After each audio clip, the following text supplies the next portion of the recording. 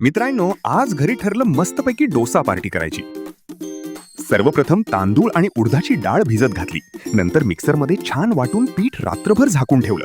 सकाळी उठल्यावर पीठ मस्त फुगलेलं होतं, म्हणजे डोशाची तयारी एकदम परफेक्ट. आता नंबर होता नारळाच्या चटणीचा. खोबरे, हिरवी मिरची, कोथिंबीर आणि लसूण वाटून घेतलं. त्यात मीठ आणि थोडी साखर घातली. मग मोहरी, हिंग, चणा डाळ आणि कढीपत्त्याची खमंग फोडणी देऊन चटणीला तडका दिला. आहाहा, सुगंधानेच भूक वाढली. त्यानंतर सांभारची तयारी.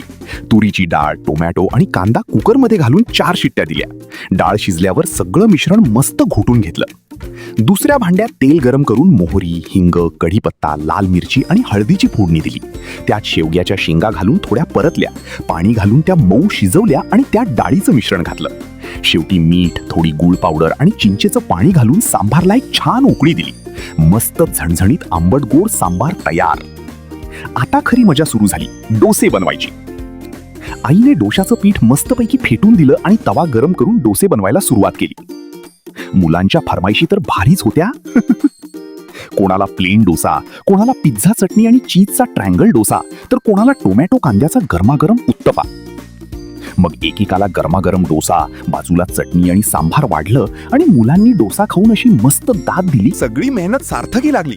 तर मित्रांनो, घरच्या घरी केलेली ही डोसा पार्टी आणि रेसिपी तुम्हाला कशी वाटली कमेंटमध्ये नक्की सांगा.